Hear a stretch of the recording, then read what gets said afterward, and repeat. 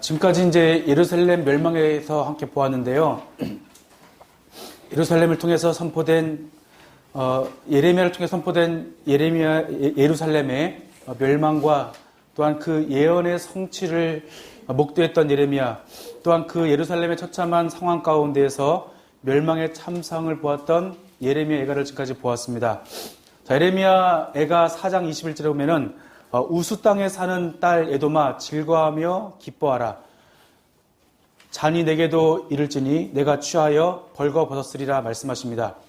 이스라엘의 멸망 가운데에서 이스라엘의 형제였던 에서 그의 후손의 나라인 에돔이 멸망 가운데 형제 나라의 멸망의 참상과 아픔 가운데 오히려 기뻐하고 약탈하면서 인신매매하며 온갖 악행을 저질렀습니다.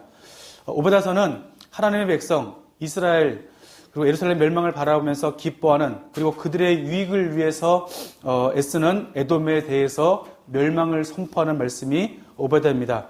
구약에서 가장 짧은 책이 있다면 오바댜입니다. 그래서 오바댜서로 설교하는 경우가 많지 않고 이 말씀을 설교하기 어려운 이유는 뭐냐면 이 말씀의 대상이 에돔 족속이기 때문에 이 말씀을 또한 하는 것은 어렵겠지만 그래서 우리가 오바댜서가 짧은 이제 21절밖에 되지 않는 책이지만 여러 선지서에 말씀하고 있는 주제들이 다 나와 있습니다. 그래서 이스라엘 원수들에 대한 하나님의 심판이나 여호와의 날에 대해서 또 시온의 사상 그리고 여호와의 왕권에 대해서 짧은 절이지만 여기 다 나와 있다는 것을 여러분이 기억하시면 좋겠고요. 자, 오바댜는 여기 보시는 것처럼 우리 포로 시기에 에돔을 향해서 주셨던 하나님의 말씀입니다. 예언서의 지리적인 배경인데요. 우리가 보는 이제 오바댜서는 이제 에돔을 향해서 하나님께서 말씀을 선포하신 책으로 보시면 되겠습니다.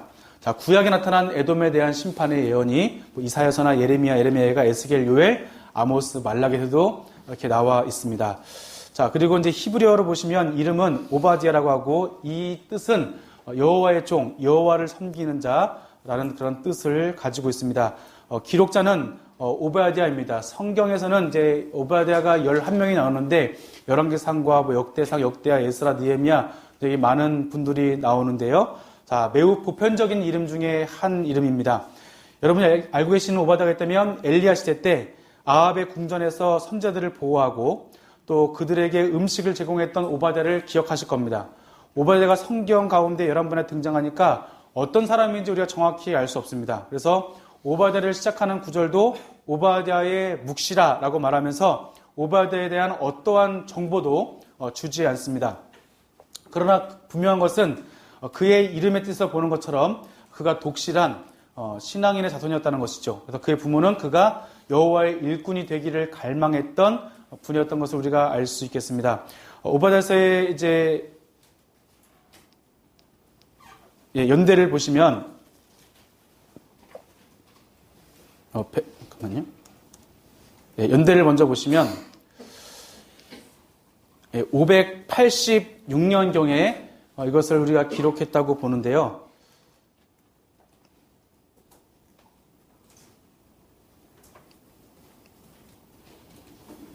네. 자, 이제 오바댜가 이제 이름이 정확하지 않기 때문에 이분이 어느 시대에 살았던 것이 정확하지 않기 때문에 학자들마다 이제 의견이 분분한데요. 오바댜서를 연대를 파악하면서 중요한 열쇠는 하나님의 진노를 산 그 에돔의 죄악상이 중요합니다. 그래서 10절에서 14절 말씀에 이제 볼 텐데요. 여기 보면은 에돔의 죄는 그들의 형제 유다를 대적하여서 이방인과의 연합하여서 예루살렘을 침략하고 약탈한 것을 이제 나타난 걸 볼 수 있겠고요. 그래서 10절에서 14절 말씀을 근거로 해서 예루살렘 멸망에 대한 언급을 통하여 오바댜는 예루살렘 멸망 이후, 즉 586년의 멸망 후에 예루살렘을 약탈하는 그런 모습을 통해서 그 시기를 정할 수 있고요. 그리고 2절부터 9절을 보면 에돔의 멸망을 페르시아 시대, 에돔의 멸망을 페르시아 본다면 약 450년까지 해서 586년부터 450년까지로 볼 수 있고, 그래서 종합해보면 예루살렘 멸망 후에 에돔이 멸망하기 전까지의 이런 역사를 보면은 아마 이 시대가 그 유다를 약탈하는 모습을 통해서 아마 586년 경이지 않을까라고 이제 살펴볼 수가 있겠습니다. 자, 배경을 보시면요.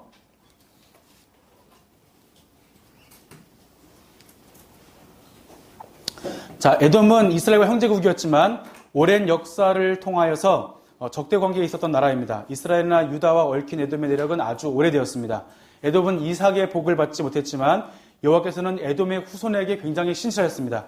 신명기 2장 12절에 보면은 에서의 후손들이 세일에 거주하던 호리 사람들을 몰아내고 그 땅을 차지했다라고 그랬어요. 그런데 그 뒤에 보면은 실제로는 여호와께서 에돔의 원수들을 멸하신 걸로 되어 있어요.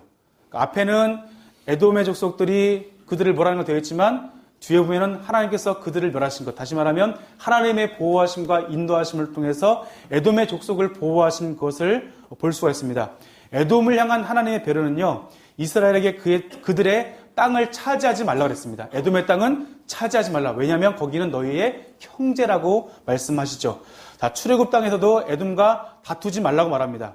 에돔에 대한 특별한 그 하나님의 배려는 이스라엘 백성들이 자신의 영토를 지나가는 것을 허락하지 않았을 뿐만 아니라 오히려 큰 군대를 일으켜서 싸우러 나갔을 때 효력을 잃게 되었어요. 그러니까 하나님의 배려가 있었지만 오히려 이스라엘 향해서 대적하는 이러한 에돔의 모습, 하나님의 배려를 악으로 갚았던 에돔의 모습이 이 가운데 있습니다. 바벨론 군에 의해서 예루살렘이 함락되었을 그때 이때 에돔도 정복자들 사이에 있었습니다. 예레미야서에 의하면 바벨론의 지배에 있던 가나안 국가들이 시드기야 주기 4년째 되던 해에 예루살렘 모여있던 그 종주국의 바벨론 손아귀에서 벗어나는 묘안을 논의했는데 이때 에돔이 포함되었습니다. 그렇다면 불과 몇 년 사이에 에돔이 함께 이 바벨론에 대해서 대항했던 자가 그 4년 만에 어떻게 바벨론 편에 서서 함께 약탈한 자가 되었을까라고 하는 것이죠. 자, 그래서 바로 몇 년 전에 유다와 반역을 논하던 이런 에돔이었지만, 자, 이제 예루살렘의 이러한 공격을 함께 가담하는 그러한 에돔의 모습이었다고 하는 것입니다.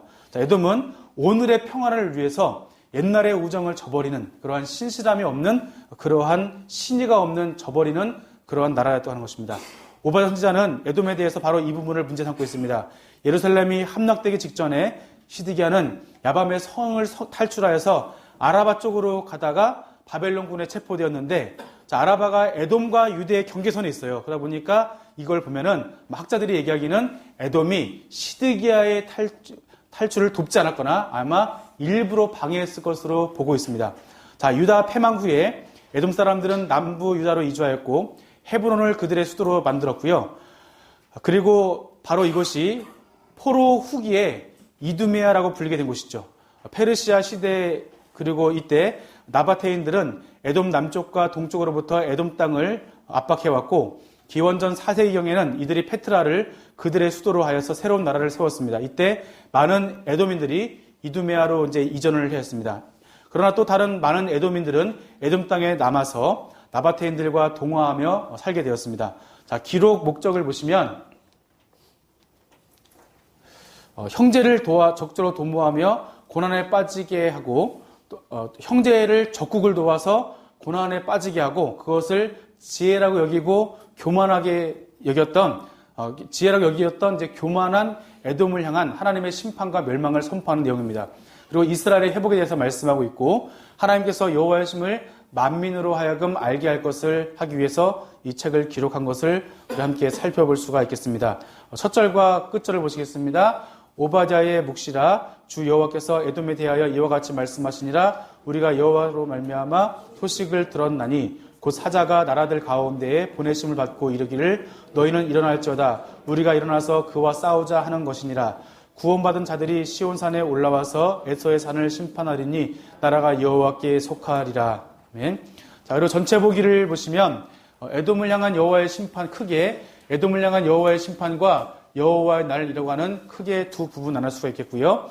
에돔을 향한 여호와의 심판을 보시면 피할 수 없는 심판, 그리고 에돔의 죄악에 대해서 나와 있습니다. 그리고 여호와의 날에 대해서는 만국에 대한 여호와의 심판이죠. 그러니까 하나님께서는 항상 이스라엘을 벌하시지만 그리고 이스라엘 넘어지기까지 했던 모든 나라를 벌하시고 만국을 다 심판하시면서 그래서 여호와의 날을 말씀하시고 마지막에 그 날이 되면 이스라엘을 구원하실 거라는 거죠. 그래서 우리가 출애굽에 보면은 애굽이 멸망함으로 인해서 누구에게 구원이 왔죠? 이스라엘의 구원이 온 것처럼 또한 요한계시록에 보면 그 짐승과 또한 그 여러 용과 짐승들이 무너짐을 통해서 하나님의 성도들에게 구원이 임하는 새하늘과 새 땅이 임하는 것처럼 곧 세상을 향한 절대적인 악을 향해서 심판하시는 것은 곧 이스라엘 백성들의 구원, 이것이 짧은 21절이지만 이 모습이 다 나와 있다는 것을 여러분이 함께 살펴볼 수가 있겠습니다.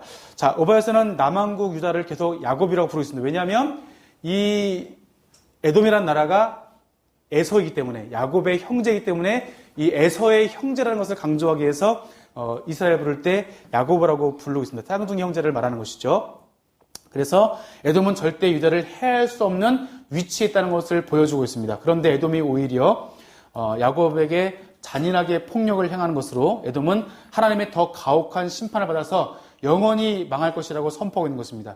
예언대로 에돔의 멸망의 흔적이 1812년에 고고학적으로 발견이 되었습니다. 먼저 우리가 일부를 보시면 피할 수 없는 심판에 대해서 함께 말씀을 읽어보겠습니다. 너의 마음의 교만이 너를 속였도다. 바위 틈에 거주하며 높은 곳에 사는 자여, 내가 마음에 이르기를 누가 능히 나를 땅에서 끌어내리겠느냐 하니. 자, 에돔은 스스로 교만해져서 누가 능히 나를 땅에서 끌어내리겠냐라고 했습니다. 하지만 에돔의 실제 역사에 보면은 그들이 교만해서 자랑할 정도의 강대국이 된 적이 없습니다. 에돔은 다윗에게 정복당한 뒤로 남유다의 영향 아래 오랜 세월을 보냈고요. 독립국가로 장기간 왕권을 유지했던 적도 없었습니다. 그럼에도 불구하고 에돔이 이렇게 긴 시간 동안, 예루살렘이 멸망하고 나서도 더 긴 시간 동안 존속했던 이유는 무엇이냐면 하나님께서 에돔을 향한 특별한 사랑과 배려가 있었기 때문입니다. 그래서 하나님께서는 이 형제인 이 에돔에 대한 관심만 갖고 계시는데, 그렇기 때문에 에돔에 대한 심판은 BC 8세기부터 지속적으로 예언되어집니다. 그리고 에돔 멸망은 바벨론을 통해서 이루어지게 되겠죠. 오바댜 외에도 이사야, 또 예레미야, 에스겔을 통해서 에돔을 향한 심판이 예언되었습니다. 자, 에돔의 심판을 피할 수 있게 되었는데, 그렇다면 에돔의 구체적인 죄가 무엇인가 함께 살펴보겠습니다. 자, 먼저 우리가 이제 1장 10절부터 14절 말씀 보면은 남유다에게 포악을 행했고요. 그리고 11절 보시면 이방인과 함께 유다 자손의 재물을 빼앗았습니다. 그러니까 다 빼앗긴 것 중에 남은 것도 다 빼앗은 것이죠. 그리고 12절에 보면은 유다의 패망을 기뻐하고 재앙의 날을 방관했습니다. 형제가 무너지는 것도 방관했다는 것이죠. 13절을 보시면 유다 백성의 재물을 약탈하고 고난을 또한 방관했습니다. 또한 내거리에서 유다인을 막아서 적들에게 넘기게 되었고요.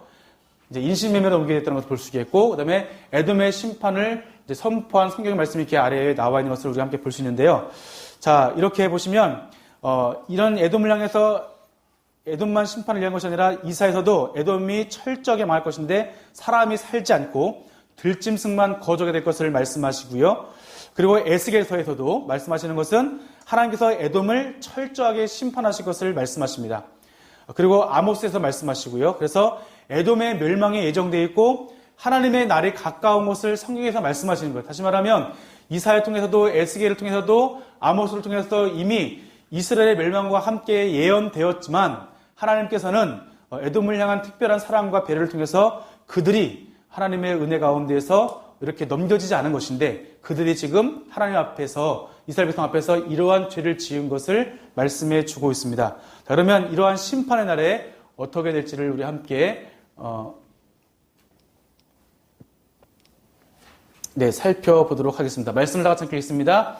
여호와께서 만국을 벌할 날이 가까웠나니 내가 행한 대로 너도 받을 것인즉 내가 행한 것이 내 머리로 돌아갈 것이니라. 아멘. 하나님께서 에돔만 심판하신 것이 아니라 너도 받을 것인즉 내가 행한 것이 너의 머리로 돌아갈 것을 말씀하십니다. 하나님께서 심판하실 때 만국을 심판하신다고 또한 말씀하시죠. 에돔만 심판하신 것이 아니라 만국을 또 심판하신다고 말씀해 주십니다. 하나님께서는 자기 자녀가 잘못했을 때 책망하십니다. 그렇지만 책망이 끝난 다음에는 항상 자기의 자녀를 괴롭혔던 그 주변 나라들, 죄짓게 만들었던 모든 나라들을 같이 심판할 것입니다. 자, 그런데 그 중에 빠질 수 없는 심판은 자기 형제를 괴롭혔던 에돔의 심판이 철저하게 이루어질 것을 성경은 우리에게 말씀하십니다. 그들이 모두 행한 대로 보응을 받게 될 것이라고 말씀하십니다. 그리고 마지막 보시면 이스라엘의 구원에 대해서 말씀하시는데 여호와의 날에 대한 에돔과 만국을 향한 이러한 심판은 여기서 끝나는 것이 아니라 이스라엘에게는 이들의 심판, 이들의 멸망이 곧 이스라엘에게는 구원의 날, 여호와께 속할 날, 여호와의 날로 된다는 것을 말씀하십니다. 17절, 18절 말씀을 우리 함께 읽겠습니다. 거룩할 것이요 야곱 족속은 자기 기업을 누릴 것이며 야곱 족속은 불이 될 것이며 요셉 족속은 불꽃이 될 것이요 에서 족속은 지푸라기가 될 것이라. 그들이 그들 위에 붙어서 그들을 불살할 것인즉 에서 족속에 남은 자가 없으리니 여호와께서 말씀하셨습니다. 하나님께서 야곱을 괴롭힌 에돔을 심판하시는 이야기는 에돔에게는 절망적인 말씀이었지만 이스라엘에게는 소망의 말씀이었습니다.